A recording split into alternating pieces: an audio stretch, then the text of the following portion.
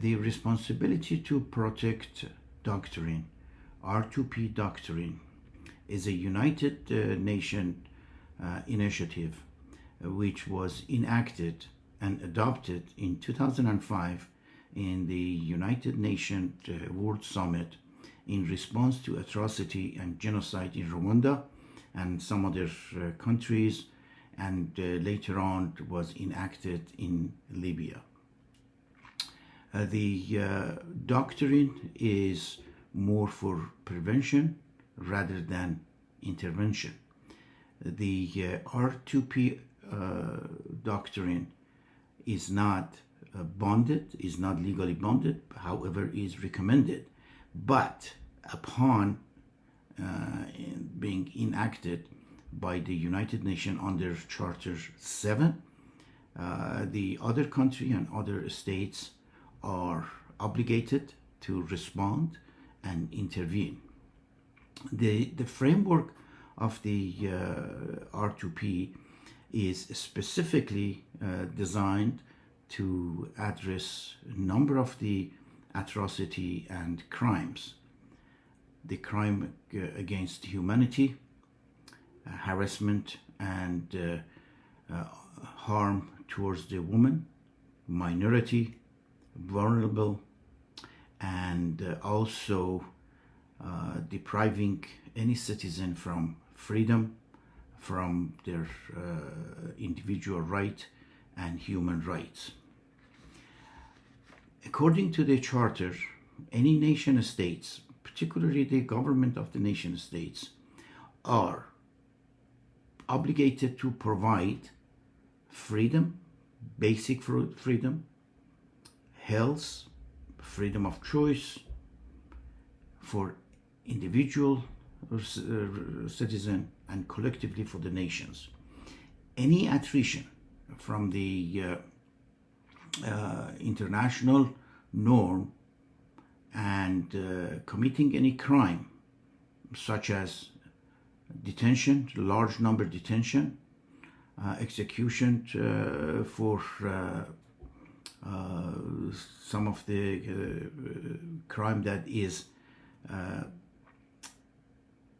in fact fabricated, not the real crime, such as political activities, such as involved in the protest and involved in some of the social activity. All of these are part of the protection that each state, each government, state, and state nations are obligated to provide freedom of religion, freedom of residence, freedom of movement. These are all part of the human rights that was advocated and included into R2P doctrine. In particular, the R2R emphasize on women's rights, on the minority rights, harassment of the woman, such as hijab, and in particular in women at a younger age and older age in the educational system, discrimination in the educational system, discrimination of the woman and minority in practicing their religion or participating in the government activity. All of these has been part of the R2R protection that has been dictated by the United Nations. Any deviation from this is, generally speaking,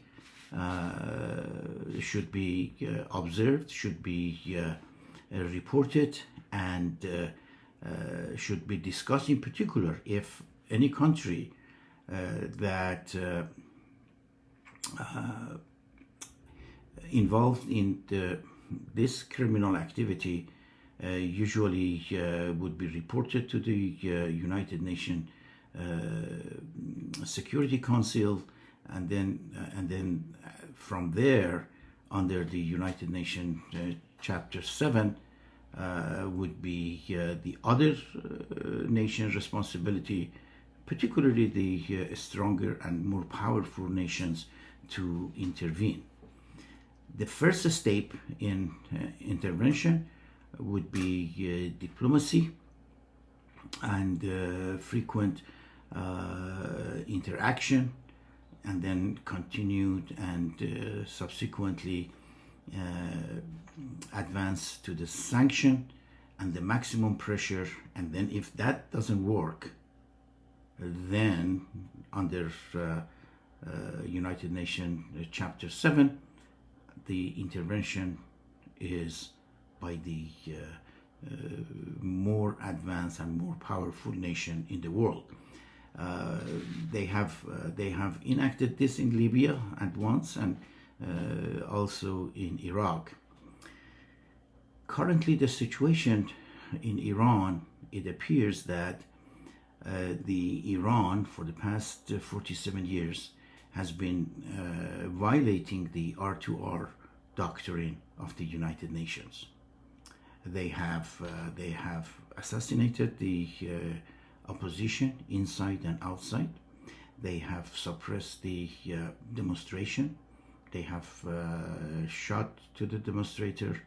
Recently, we noticed and the world witnessed the shooting to the eye of the protester, and many younger protesters were blind in one or two eyes. According to the report, there are a huge number of the political prisoners. There are discrimination against the minority, particularly the Baha'i and Jewish, that they cannot practice certain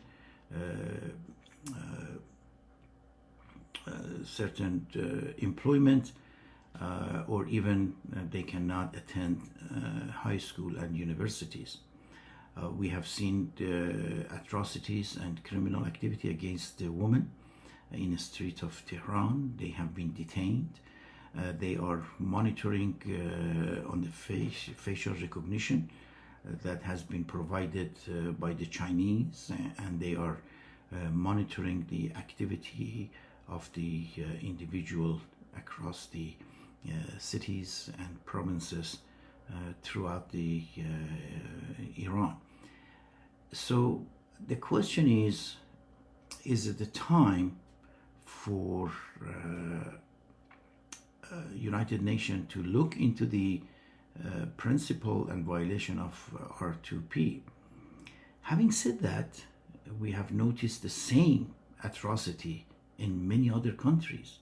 Recently we saw it in Bangladesh. Recently we saw it in Pakistan. Recently we saw it in many African countries. The world has come to some degree of state violating the human rights.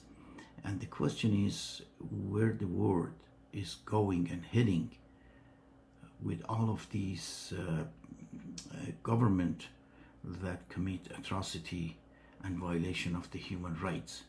The answer is not clear. There is a very fine line between enacting the R2P and take it to the Security Council of the United Nations, and also, although this is a very comprehensive charter of the United Nations, but unfortunately is not legally bonded by any country to intervene. The issue would be the prevention, but the question is the prevention, where does it start, and where the intervention should occur.